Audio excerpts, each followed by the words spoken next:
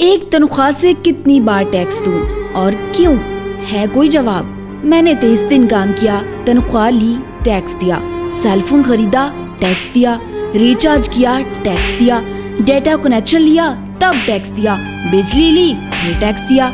घर लिया, टैक्स दिया। टीवी फ्रिज लिए, टैक्स दिया। कार ली, टैक्स दिया। पेट्रोल लिया, फिर टैक्स दिया। सर्विस करवाई तो टैक्स दिया।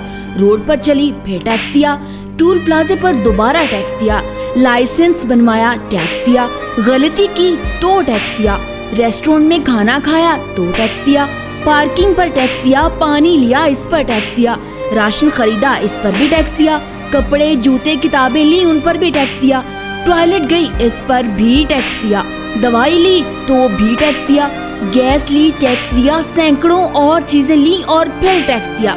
कहीं फीस दी तो कहीं बिल, कहीं किराया, कहीं जुर्माने तो कहीं रिश्वत के नाम पर पैसे देने ही पड़े। इस सब ड्रामे के बाद अगर गलती से सेविंग्स की मद में कुछ बचा लिया तो फिर टैक्स दिया।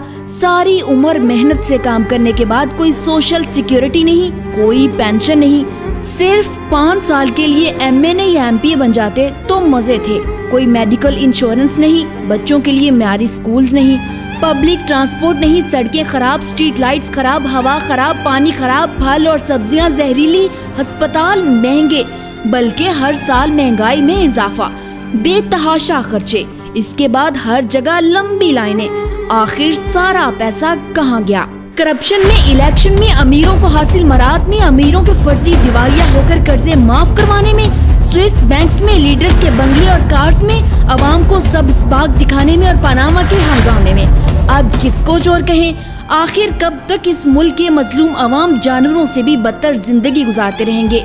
मैं जितना वतन अजीज और इसकी गरीब अवाम के इस्तेसाल के मुतालिक सोचती हूँ तो खून के आंसू रोती हूँ। मगर अब वक्त आ चुका कि किसी शख्स से वाहिद की अंधी मोहब्बत और तकलीद के बजाय इस प्यारे मुल्क और इसकी गरीब अवाम के बारे में सोचा जाए।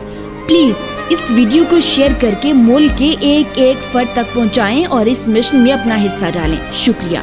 पाकिस्तान जिंदाबाद। गरीब पाकिस्तानी अवाम पाइंदाबाद।